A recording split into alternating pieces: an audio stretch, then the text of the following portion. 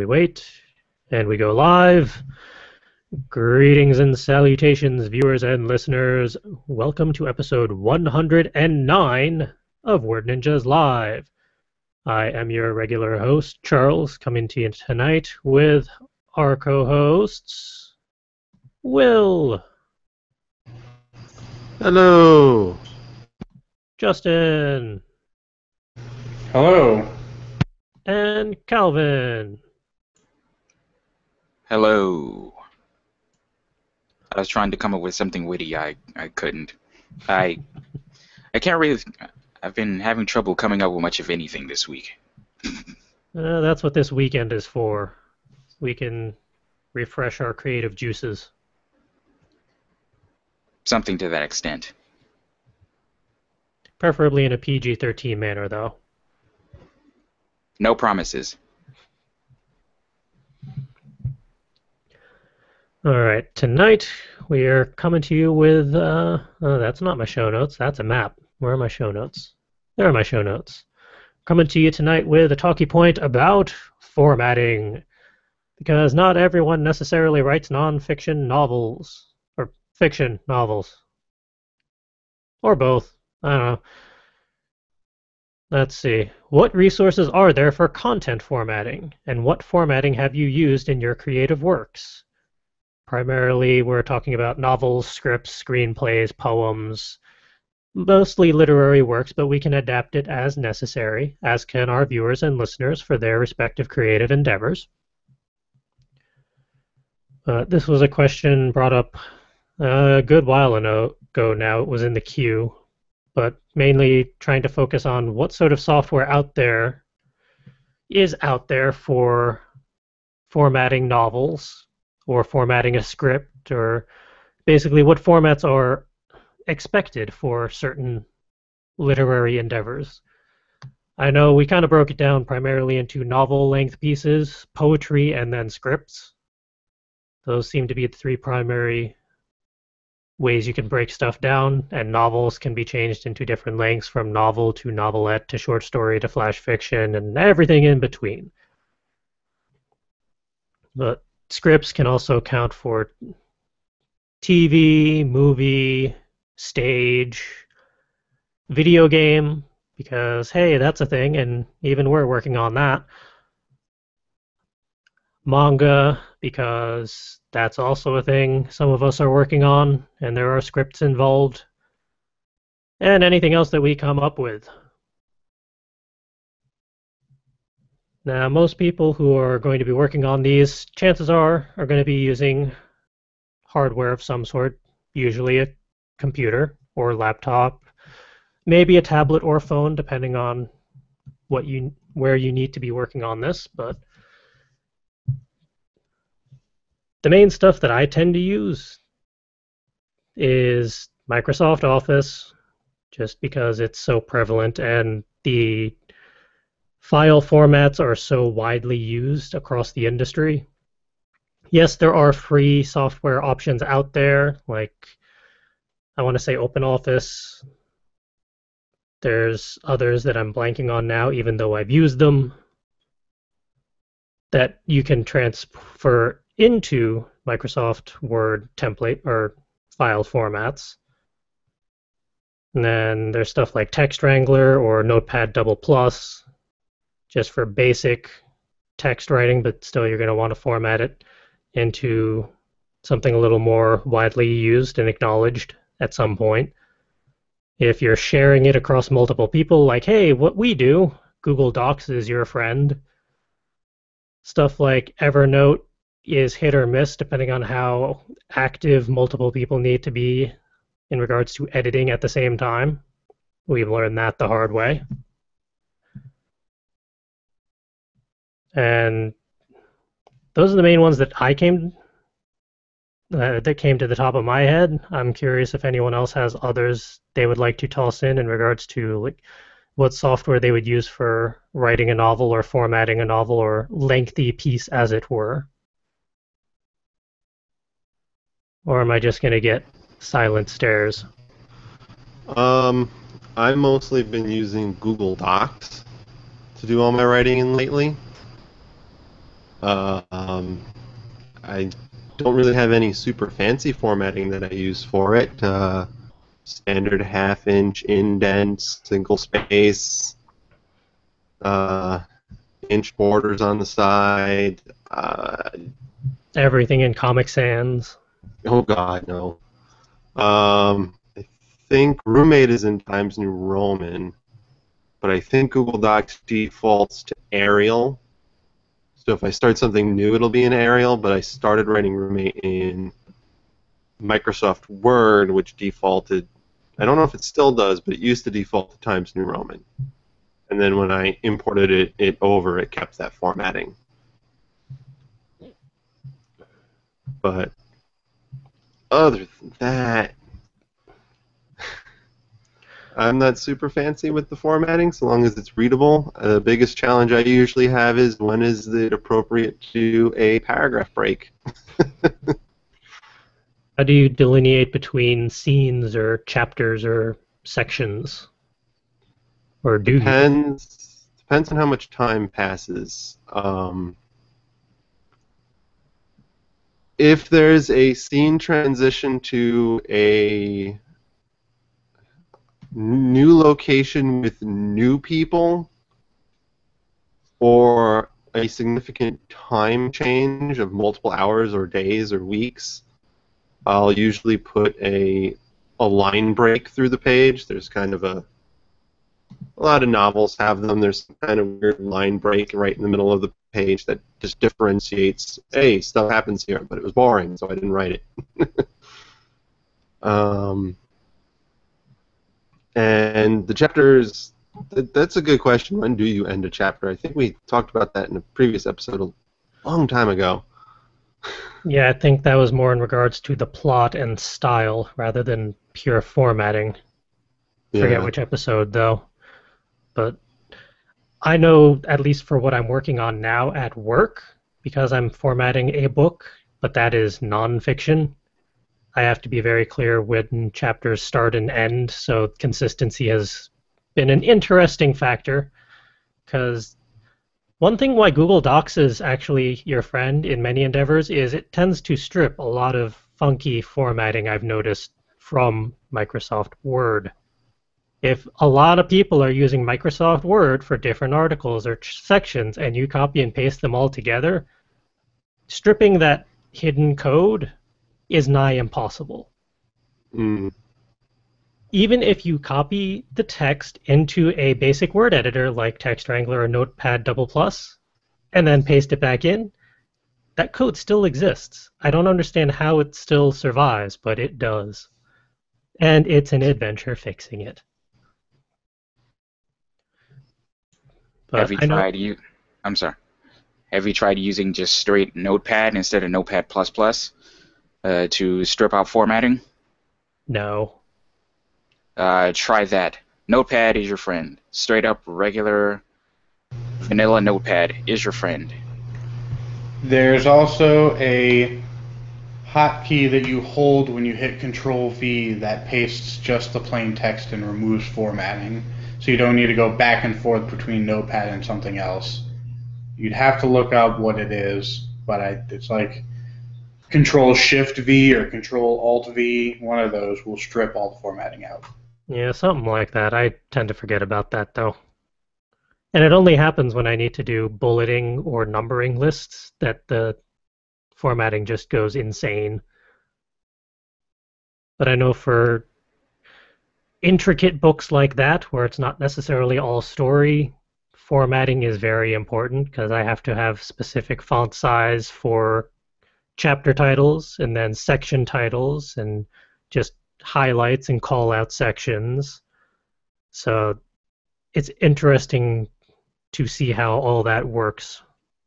And it's very different from just novel writing. Novel writing is a lot more straightforward in regards to formatting. There aren't as many diagrams, usually. Unless you're writing a sci-fi book, maybe. And we lost Will.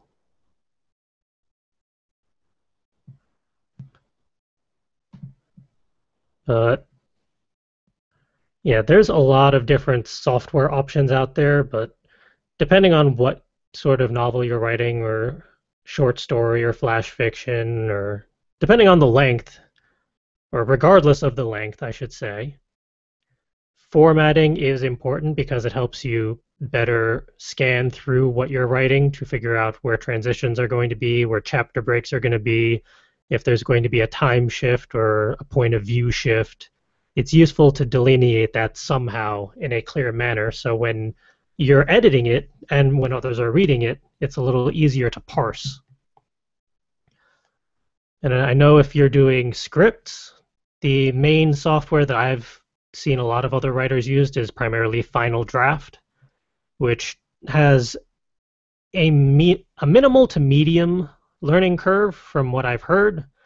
I have not had the patience to get around that learning curve personally, just because I have not really needed to play with script formatting that much until this month. So now I'm kind of regretting not learning that format.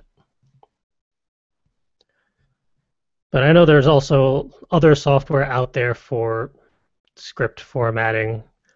The main difference between novel and script formatting is script formatting definitely has a key style or template to delineate who is going to be speaking, if there's any active cues as to how they should be acting or tone of voice, if there's any interior or exterior scenery that they're interacting with or being affected by. All that's notated differently in a script than how it would be in a novel.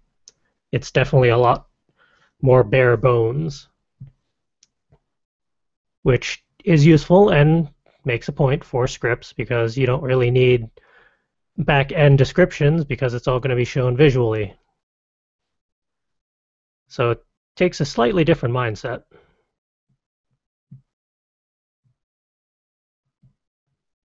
And as Will wrote in the show notes in regards to poems, poems have no formatting. Just ask E.E. Cummings. While that's primarily true, even poems can have formats.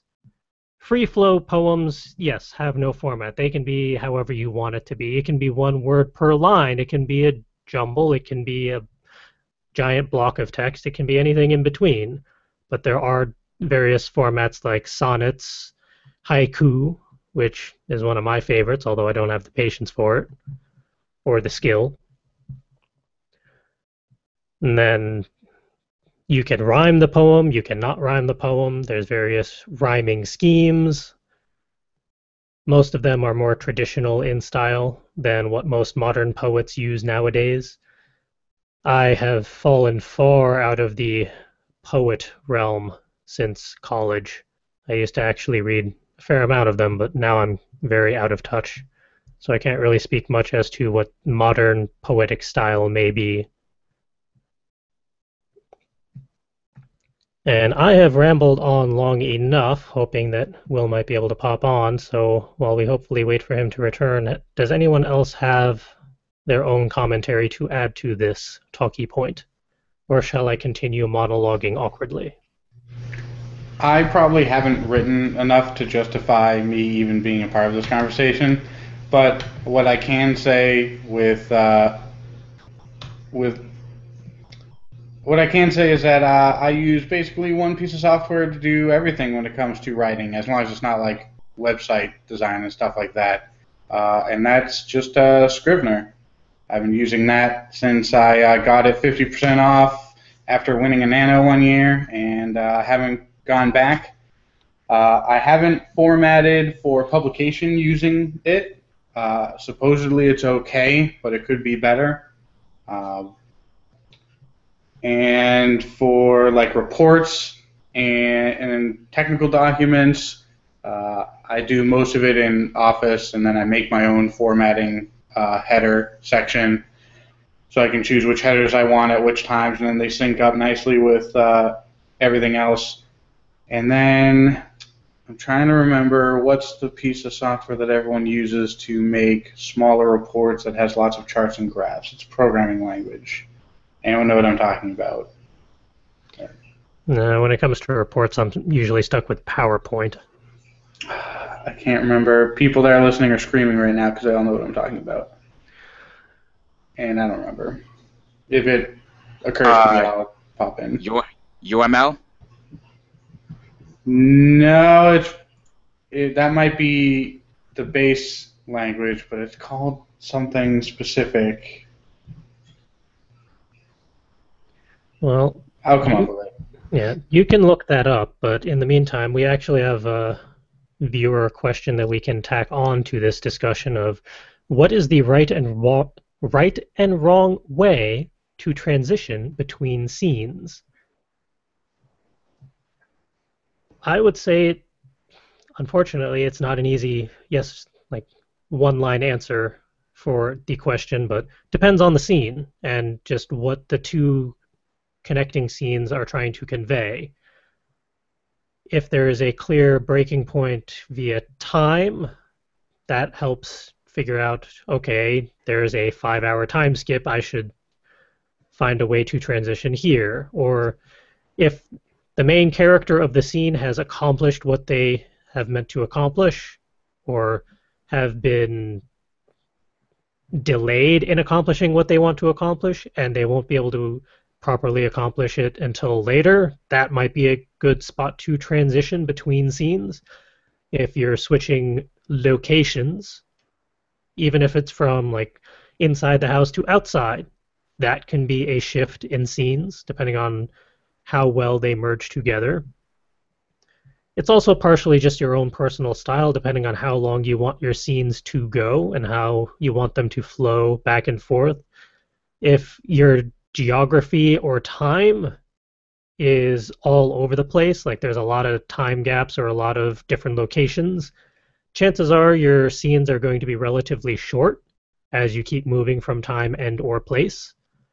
If your story is more plot-based or character arc-based, it may be a little longer. Each scene may span a little more as you try and accomplish little story arc by little story arc from the character needs to do X, Y, and Z. How do they accomplish X, Y, and Z? What gets in the way? And how it progresses from point A to point B. At least that's how I've kind of always thought about it. At least off the top of my head. I'd have to give it a little more thought in regards to some of the other pieces I've been doing. No, you've pretty much said what I was going to say on that topic. Sorry. No, that's fine. For those who are curious, LaTeX is the programming language that I was thinking of. Kinky.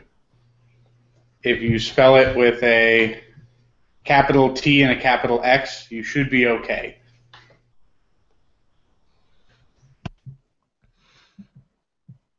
I have no witty retort because I was trying to multitask and looked at a different comment. So you're safe this time.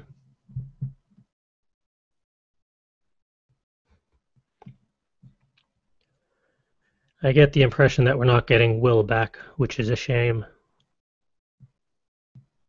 Let's see. Other commentary. So nothing like, meanwhile in this scene, or world, date, time, location at the base of the line break. In a rough draft, that's perfectly acceptable for your own internal reference to keep track of what's happening when and where and all that information.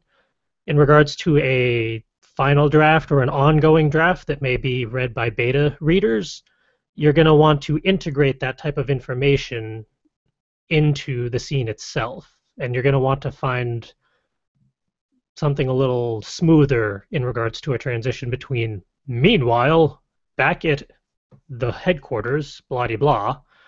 I mean, if you're writing a comic book or a cartoon or semi-campy anime, that's perfectly acceptable because that's kind of one of the tropes. But if it's most other styles or genres, you're going to have to tweak it a little more. Or at least I've seen most readers tweak it to their own personal style. One other exception I'll bring up is like if you're doing a first-person journal type of novel where your protagonist is actively writing in a journal, then you could actually use dates, times, and some keywords and make it a little fun that way. Yes, that is actually a very good way of working around that to keep the information formatted that way. And you can also semi-tweak it so that it's still in the voice of whatever character is writing in that journal, because they're going to write the way they think and speak more or less. So any personal quirks that that character may have can be portrayed while giving that information.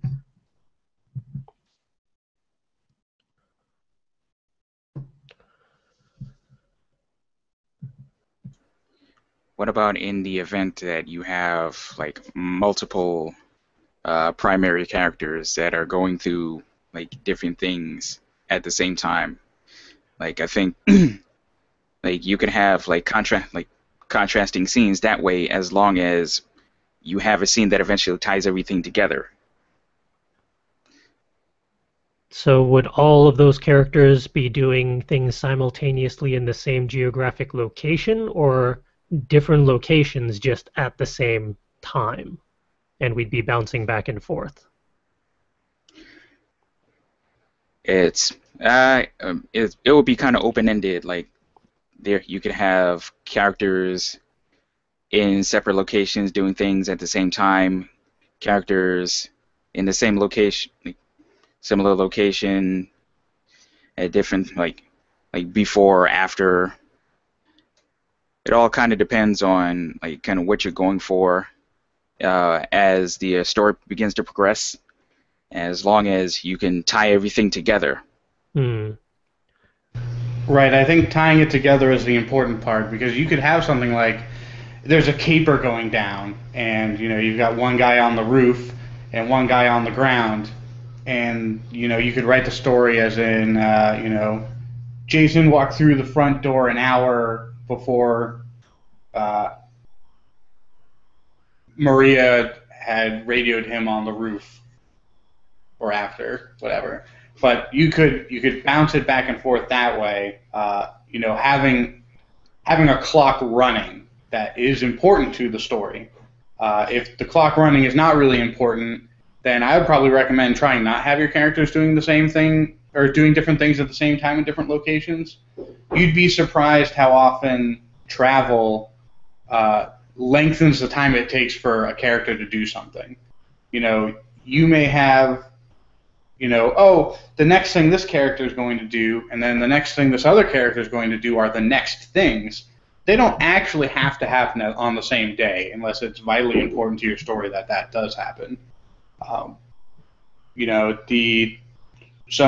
character could do something on a Saturday, and one character could do something on a Sunday, and then they meet up, midweek.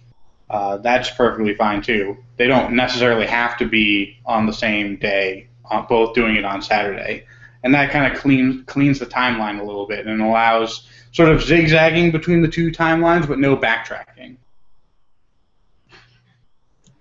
Basically anything to avoid confusion on the part of the reader. Right. Even time travel books and movies take great care in doing one of two things: either trying to make it not confusing, and thereby breaking most things that would actually happen during a go back in time situation. And in that case, they usually just tell you to ignore it.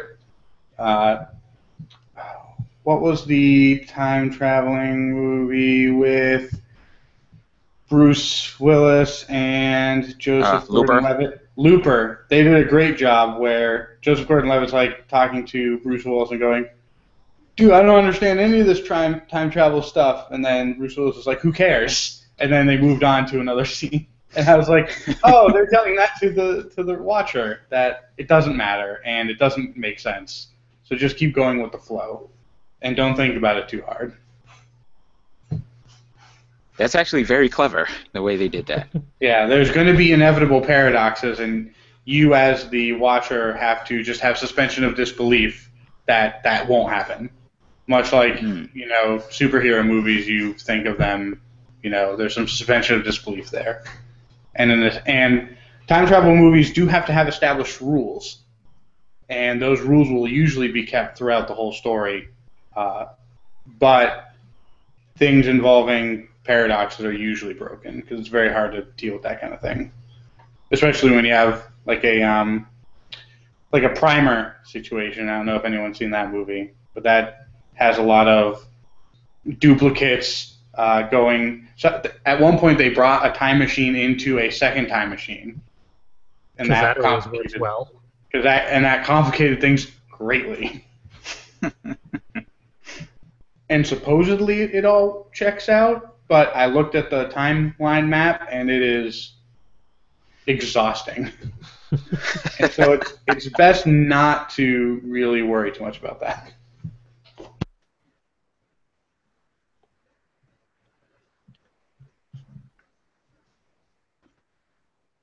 Yeah, most of the Interesting. time, Oh, go ahead.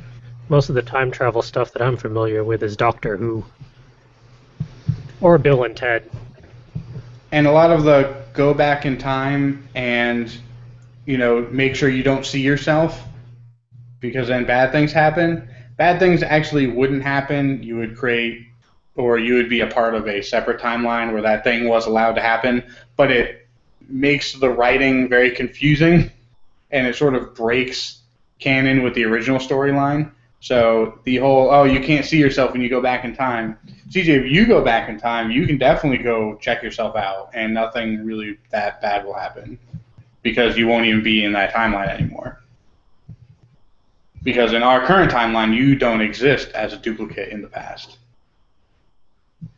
But already it's making things confusing, so you usually try to avoid that so that you can return safely to the present time and not have to worry about that alternate timeline. So what if I just kidnap like 19 of my past selves and we create our own little army in the future? What happens then? You could easily do that. You would just be part of a timeline that's not part of the original timeline where none of that actually did happen. We make our own new timeline. Depending on how you think about it, all the timelines already exist in all manifestations, and every possible combination of molecules already exists. Even in a universe where none of that is feasible? I mean, it's all feasible. Yeah, but the It whole all makes concept of a sense. multiverse is that anything is possible, even in there's even a universe where that's not possible then, No, theoretically. that's not how that works out. How do you know? Have you gone to all these universes? I've gone to a few. Now you should go see some more. Maybe you'll find the one where none of that is feasible. And then I'll prove you wrong. I mean, hey, Will's back. I only had to completely reset my computer Jeez. because updates. Oh, jeez. I think it was doing update stuff in the background because when I reset it, it said preferring updates, and just now, as I was saying that I had to restart it, Windows 10 dinged at me and said updates complete. Good times. I'm back now. But yes, before I forget what I wanted to say, like in cases of like stories with multiverses and like timelines and scenes that go back and forth, do you as a writer kind of rely on suspension of disbelief in the hopes that the reader will allow for that, and basically have them okay, let me start this over. I had it in my head. Like, as a writer, do you expect the reader to give you the benefit of suspension of disbelief with your story if you're doing like back and forth timelines or even going into multiverses, or do you just kind of take a shot in the dark and kind of hope for the best? Like, basically what I'm asking is suspension of disbelief expected as kind of a security blanket for you as a writer? I would say it's more of a stopgap measure in that you try to do your best in making the timelines make sense and you write out your story that way. And as long as you follow a consistent set of rules, you're usually okay. But when you have a lot of like multi-layer timeline crossing, it can get messy and people will, 9 out of 10 people won't really care and they'll just go with the flow because it's a story and that's what they're there for. But the 1 out of 10 people or the 1 out of 100 people who are obsessed about this kind of thing will draw out the timeline and will find places where you fucked up and then report about it on the internet. Why do you think there's so many various theories about Back to the Future, Bill and Ted, every Doctor Who episode ever? Any time travel series of some sort is going to have people trying to break down the timeline or timelines and connect the dots. And then you just pull a Terminator where you go back in time just a little bit further and erase everything that happened and start over. I lost track of that series after, I think, the third movie. I think they lost track of humanity as the group of writers and directors that produced those films after the third one. Doesn't surprise me.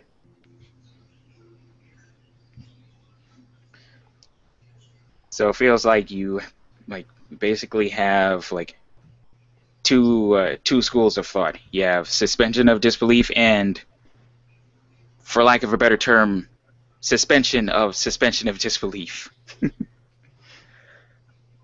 I think there's also limits as to how far you can suspend disbelief. Calvin, are you going to make me write a time travel novel for Nano this year? Is that what this is turning into now? I might have to. I'm definitely not going to stop you. If that's a thing you want to do, I will encourage it wholeheartedly. Not particularly, but I don't really want to do anything ever. Gotta play Mario Maker, but we'll get to that. I'd consider doing it, but I have trouble thinking in the fourth dimension. That's why you skip the fourth dimension altogether and just go to the fifth. I mean, that would be what the multiverse would be. It would be the fifth dimension, because you would have parallel running timelines. Anyways, so yeah, I'll write a time travel thing for Nano. Sweet. And it'll be mathematically sound, and then I'll fuck it up at some point, and then the reader will have to suspend their disbelief in how that paradox doesn't actually make sense. Because wibbly wobbly timey wimey. Precisely. I'm sure Professor Farnsworth also had a good reason, but I can't think of what his line was now. Because they've done time travel before, a couple times round. My favorite was when they could only go forward in time. And they looped all the way around. Yep. They went so far forward in time that they looped back to the beginning and the reset of the solar system. Because why not? Except, spoiler alert, it was, the new universe was like 2 feet below the original universe. So when the time travel machine showed up, it fell, or maybe it must have been like 8 feet, because then it fell and killed all of the crew from the original timeline instantly. Oops. Yep. Well, it worked because it solved the problem of the same person existing twice in the same timeline. Right. Like I said, either suspension of disbelief or avoid the situation entirely by killing all of the characters. That would create a paradox. Something else that Doctor Who tends to do a lot, because the universe is organic and sorts itself out when there is a paradox, usually with death. And for time travel to work, you have to also kind of suspend your disbelief about most of the fundamental laws of thermodynamics. Yeah, who pays attention to those anyway? I do. I do.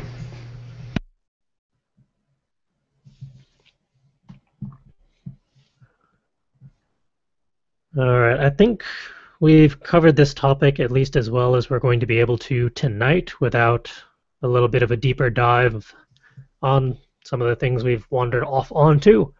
So I'm going to move us on to the weekly highlights reel, where we talk about various news and things that we've seen on the internet over the past week that kind of caught our attention. Which means I got to get to the right tab. They're out of order. Why are they out of order? And they're not loaded, just for good measure, because PDFs don't load, because they're silly. Okay. Getting there. And then we push the thing and do the whatnot. We actually have a relatively light highlights reel for this week. There's no new book bundles. And we've all been kind of busy coordinating for various creative endeavors and events and whatnot. So the main story that we have for this week is there is a pretty fascinating diagram of the integrated space plan, which basically covers an entire century or so of what the human race wants to do in regards to space exploration and travel. And they recently gave it a bit of a visual upgrade, which you're viewing now. It is incredibly dense because there is a lot of stuff that is going on currently and potentially in the future. And it's primarily meant for engineers and aeronautic people, not necessarily the general populace. I've actually worked on a few of these modules. Really? Yep. Nice. Can't tell you which ones, but some of them. Obviously was for human interstellar expansion. Right, yeah, the stuff in 2020 is Yeah. most of the stuff I worked on. Okay. The nice thing about the update, not only is it's actually easier to parse than the original. We'll show you the original next, but they've color coded it, and each of these little boxes is actually a link to that project itself or to information about that project and endeavor.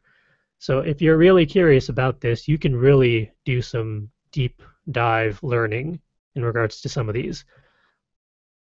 And horizontally, it's chronological order all the way off into the far future.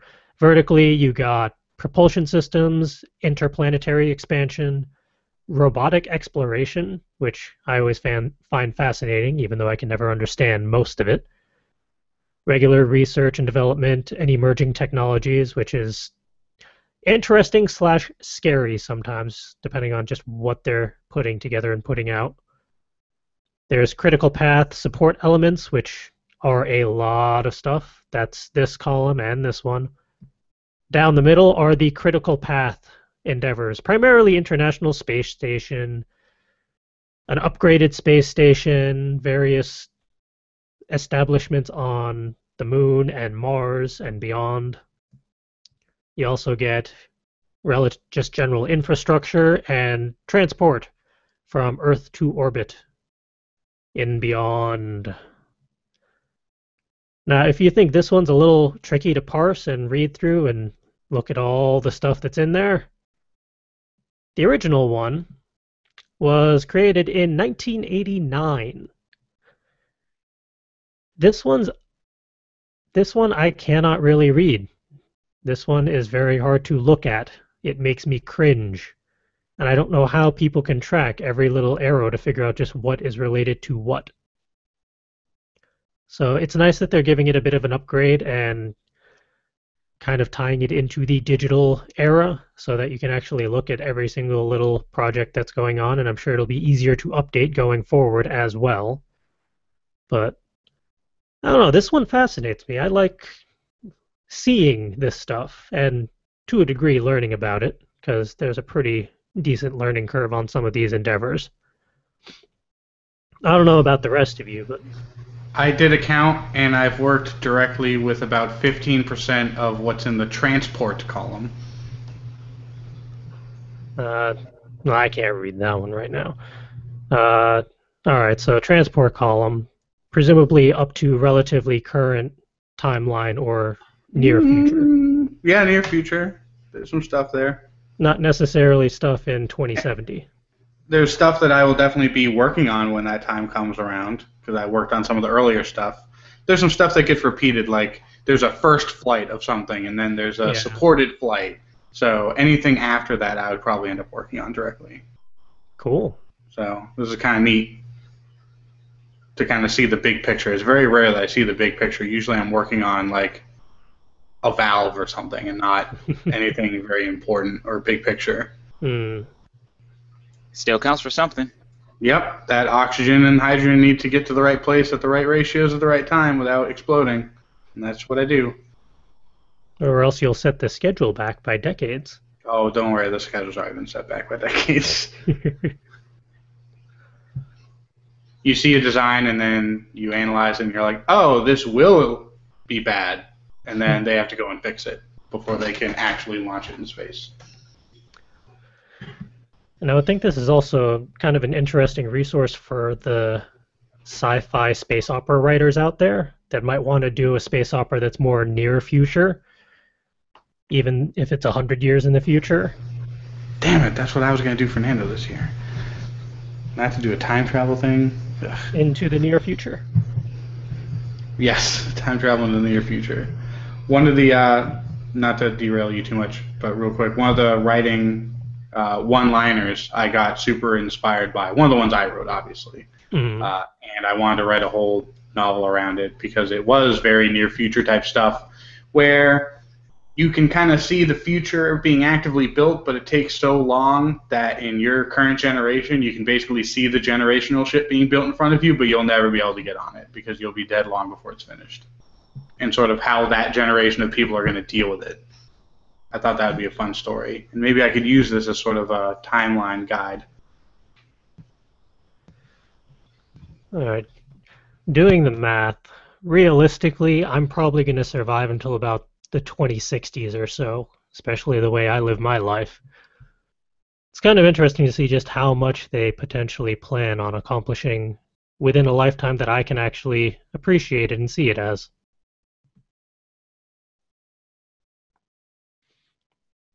Sorry, I got distracted. I thought one of those boxes said tapeworm expansion.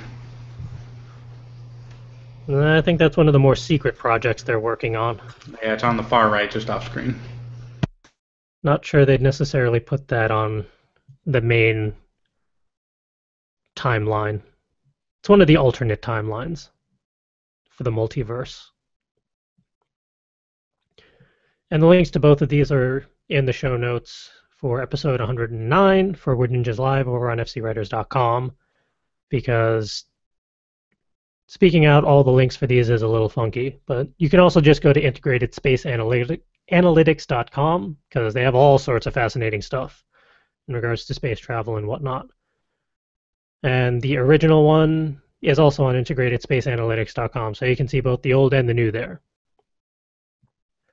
And I think I might print these out and hang them at work. Yeah, the original article that I read all this about from specified that like this original one was the equivalent of like a musical band poster for some engineers in college. They'd have this on the wall instead. Hopefully it would be a little more blown up and readable in regards to scale. I don't know. But I kind of prefer the color-coded one. And the last piece of news highlights is 2 out of 5 of us are still working with OTP Manga on some of their various endeavors, and they have 2 weeks left on their Indiegogo campaign. And as you can see, little short of their goal. Just the tiniest, littlest bit. But seeing as 2 of us here are participating in some of their endeavors, I thought I'd toss this on here just as a friendly reminder to at least look into them, see what some of their stuff is doing, some of the projects they're working on. No one, very few people I know right now have money to donate to anything, myself included, but sharing helps, Every chance to get it out there makes a difference. Sharing is caring. And hopefully they get to the level where they actually make some of these not sellable things, the giveaway items, because I wouldn't mind having some of these things myself, but it's not going to happen the way things are going, which is sad. But the link to that is also in the show notes for episode 109. So by all means, check them out, see some of the crazy shenanigans they're going to be up to. And those are really all the highlights we had for this week. Nothing else really jumped out at us, unfortunately. And we were all kind of crazy busy with work, life, work, convention. Pre-conventions. Damn it. Yeah, pre-convention stuff. So hopefully next week we have a few more things that we can toss on the show notes for you all. And as always, if our viewers and listeners happen to find anything of interest they would like us to talk about or highlight, by all means, send us a link or hit us up via social media so we can check it out. Next up, Productivity and Inspiration Station, where we get to talk about what we have been up to over the past week in regards to productivity, creativity, inspiration, etc. Let's see. First off, I survived a meeting with our Chief Financial Officer. And I think survived is the best word to go about it, considering It was close. On my budget. Well, the past is in the past, and the future is in the future. Not if you time travel.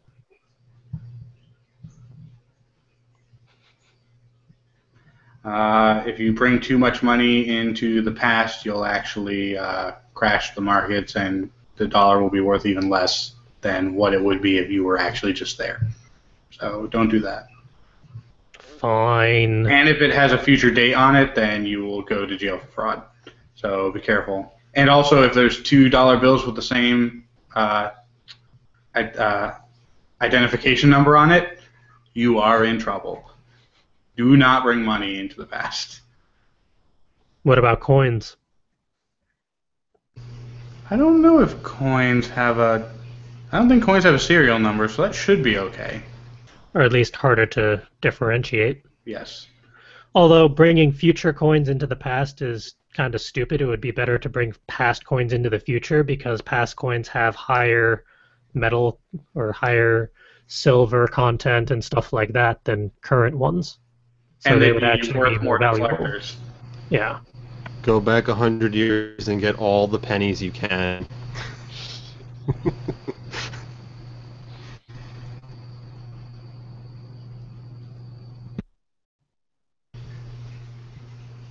That would make for an interesting short story.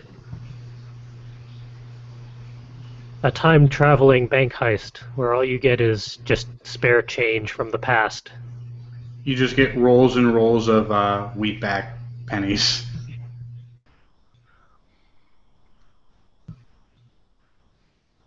That would be interesting.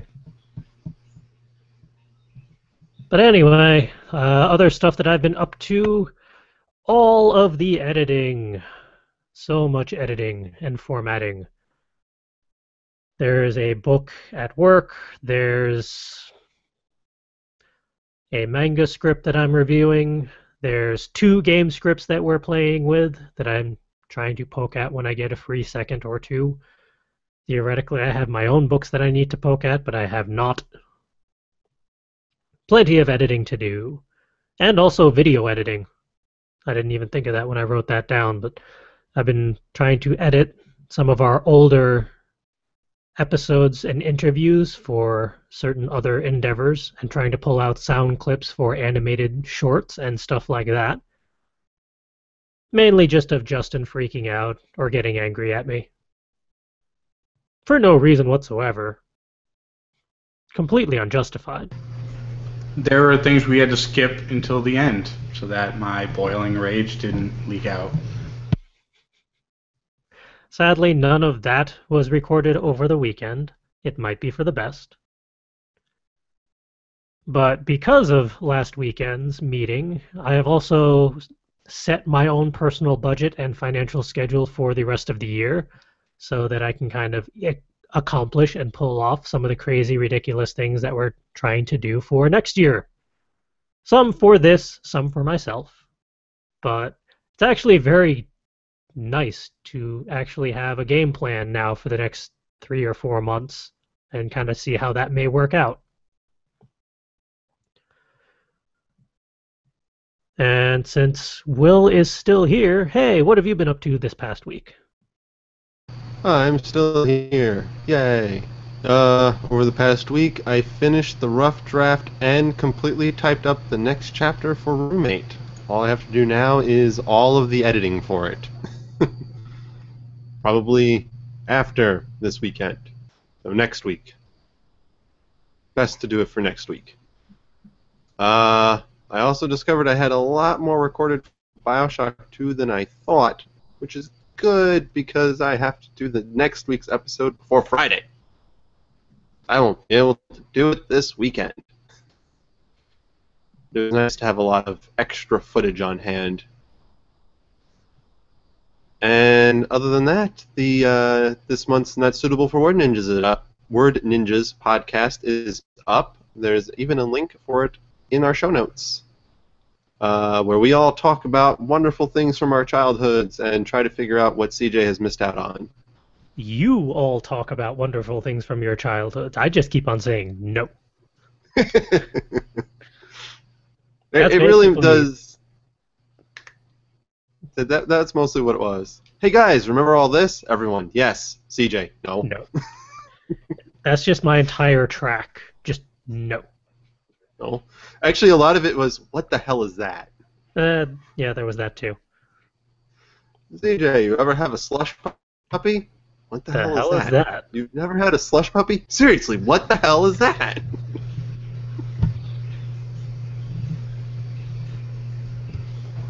Also give me some ideas editing it for how we should properly plan out the seating arrangements the next time we record audio while all sitting in a hotel room. We'll figure that out one of these days. If it wasn't for the fact that we basically had to do it all in a hallway because the bed took up most of the room and the layout of that particular room was awful in that the bathroom was in the middle of the hotel room, it probably would have been a little bit easier. Well, lighting all is we really need to know. This is just audio. Just audio. This was from Kineticon. Kevin, we need giant stage lights so that we can put them up in the hotel for adequate lighting that's not on the table. I have them. They're pretty old, but I have them. I brought them to the first convention we ever did, and then we didn't use them. Along with our green screen. Well, if we can figure out a use for them before Friday, hey, why not bring them? I can just toss it all in the trunk. I got space. Am I being picked up? Yes. Okay. Yeah, I just needed to. I was thinking audio, and mostly proximity to the audio recorder. Basically, I need to eat the mic, and everyone else needs to be relatively close. Actually, you were fine. Calvin and Justin need to eat the mic. I think they were farther away. I think I was purposefully close in that example. We'll figure it all out next time. I think me and Justin were like right behind the mic, like right in the mic's blind spot or deaf spot or however you want to call it. Right, we'd probably need to turn on a 4-track crossover audio recording and then do some fancy mixing to get the people behind the mic up without making everybody else go up even higher. I was thinking we all get lapel mics.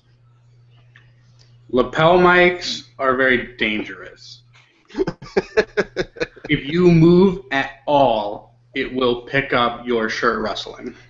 I'm not allowed one then. You have to basically sit entirely still and never move. And take it off before you go to the bathroom. Yes. Please. Yes. We don't need that footage. That's pretty much all I did this past week. What has Justin been up to this past week? Oh, I've just been playing, a video game that came out on the Wii U very recently. I mean, no one's probably interested in hearing about how I've been making Super Mario Maker levels. I've been doing that a lot. I've been inspired. I watched some videos on some original level design techniques, and having played through the entire generation of Mario games, I thought that I had what it took. And the Miiverse has agreed with me. I have gotten many stars on my levels already, and I have gotten lots of comments like, wow, this actually feels like a real Mario level, because most of the Mario levels that people are making are just a bunch of shit everywhere for no reason, and there's no actual level design. It's like, what if we put 10,000 Koopa troopers in a row, and you had to jump on all of them to get to the flag? Not really in the vein of the original Super Mario Brother levels. So I will pimp them eventually, but I want to work on my first full world first, and then I will give the level codes for all 4. And then you can basically, what you do is you take my levels and you save them in the level slots in the right order. And then a play button will come up, and you can play all 4 of my levels with extra lives that actually go from one level to another, so they're not independent levels anymore, which is pretty cool. And as I've tried your World 1-1, I will need the extra lives. You are very bad at video games, it turns out.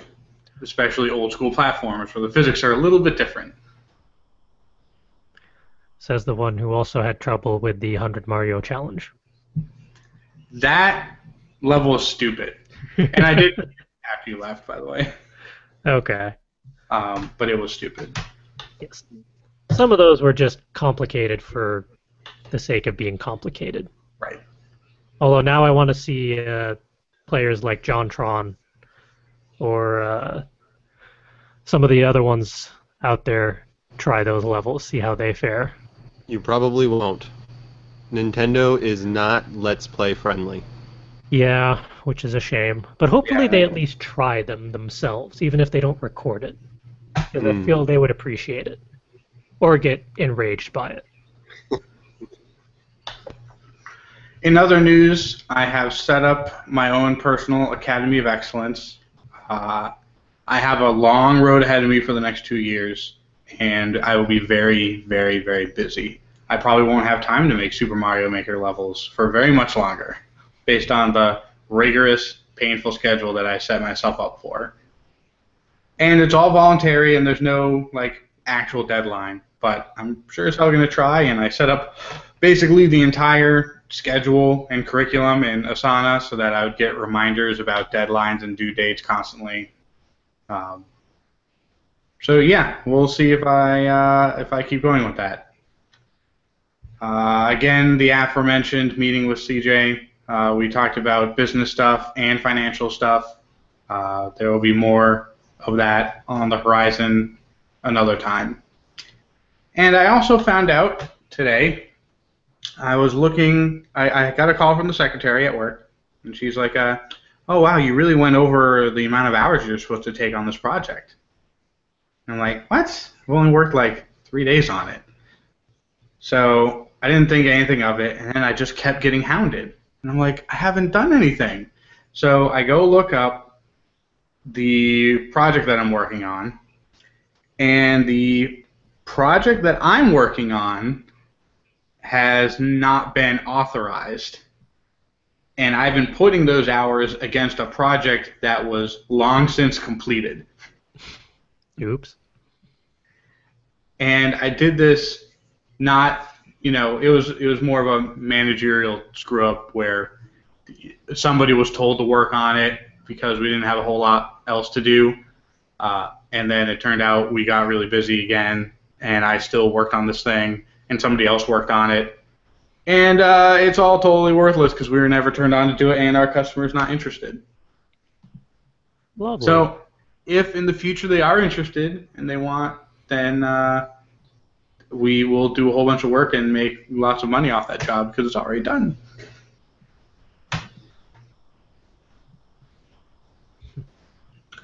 And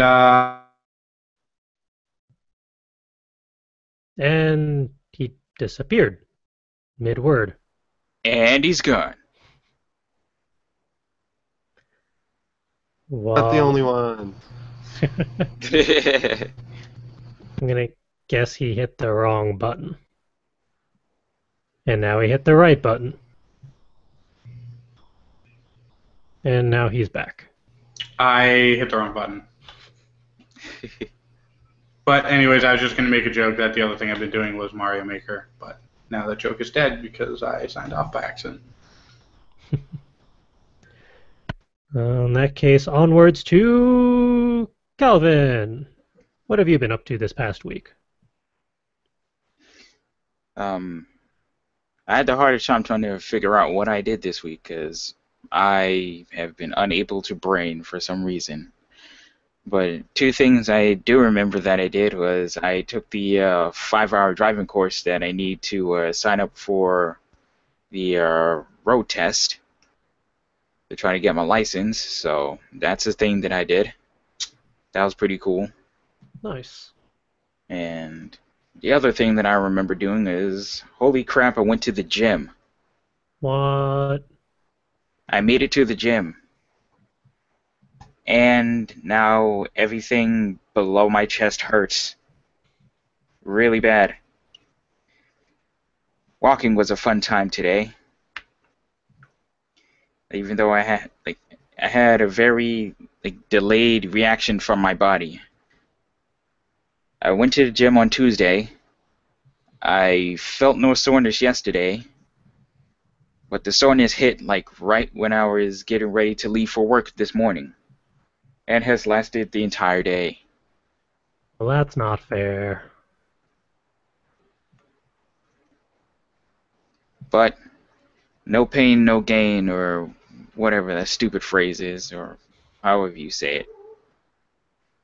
So, yeah. Gym. I did it. Yay. And be perfectly honest with you, I should be really, really ashamed of myself. I'm not going to tell you how close this gym is from my house. I'm pretty sure I mentioned it in a podcast a couple of years ago, but it's very close to my house, and I don't know. It took so long for this gym to open that my interest in going to this gym died once it finally, by the time it finally opened. So, I don't know. I was inspired to get to the gym primarily because of a comment my cousin made when he saw me and saw how much weight I lost. And that just encouragement always helps.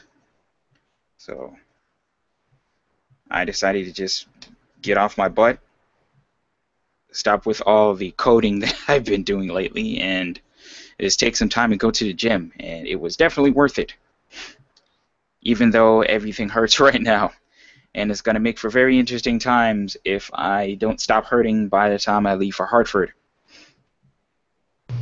You'll hurt even more tomorrow, and then it will go away. That's good to know.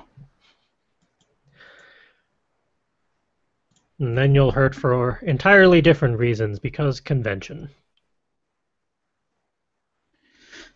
Interestingly enough, I don't get con pains too terribly bad,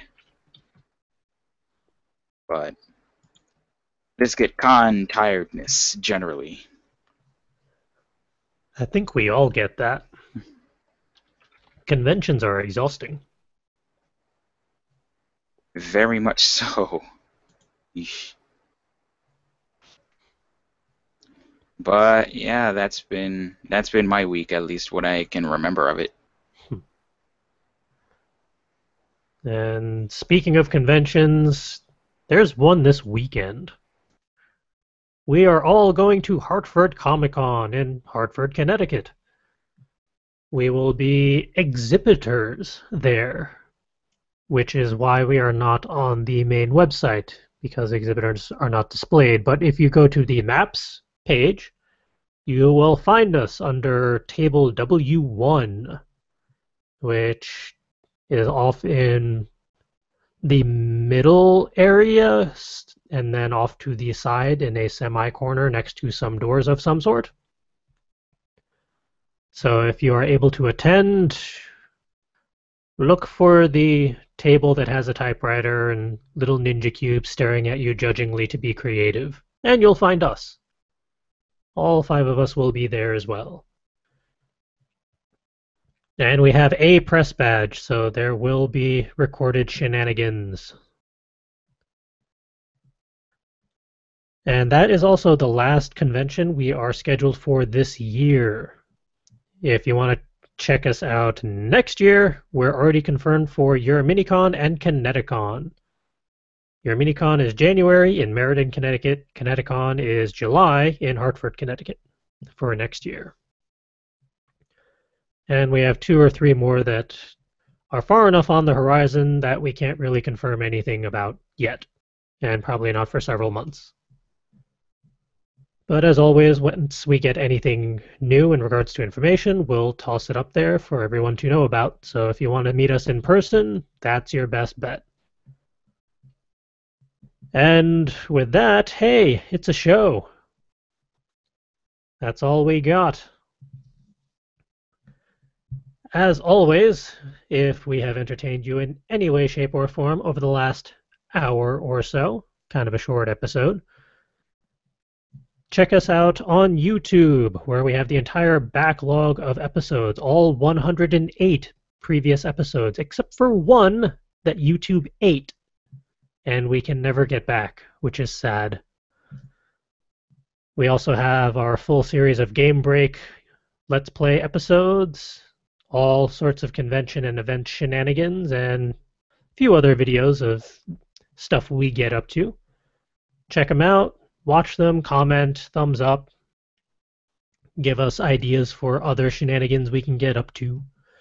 If you want to talk to us via social media, we're over on Twitter at FCWordNinja, over on Tumblr, fcwordninja.tumblr.com, and over on Facebook, facebook.com/fullcoveragewriters. And if you can't make it to any of the conventions that we're at, for whatever reason, you can still get our shiny baubles. All of the shiny baubles are over on our Etsy store, etsy.com/shop/fullcoveragewriters, where you can get all sorts of creative buttons or magnets, bookmarks, books on the art of writing or how to warp time to be creative. We have our little Ninja Cube writer blocks, and more. Go check them out. If you want to track me down, your best bet at the moment is still my Tumblr page, fancypantswolf.tumblr.com. Where can people track down Will? Mostly you can find me on my Tumblr page at darkhom.tumblr.com. That's spelled DARKHOM.tumblr.com. You can also check out updates on My Roommate's a Stripper at myroommatesastripper.tumblr.com, and support me on my Patreon at patreon.com/darkhom. And where can people find Justin? As always, for now, you can find just about everything that I do on mechanicalJustin.com. And soon, all the Mario Maker levels that I've been making will be posted there, so keep an eye on that for those hot codes. And how about Calvin? Let's see. You can find me on Tumblr at instacal.tumblr.com. You can find me at CCWII on Twitter and Instagram. I still kind of keep up with those, kind of, sort of. Instagram more than anything. Twitter, not so much these days. I'm working on it.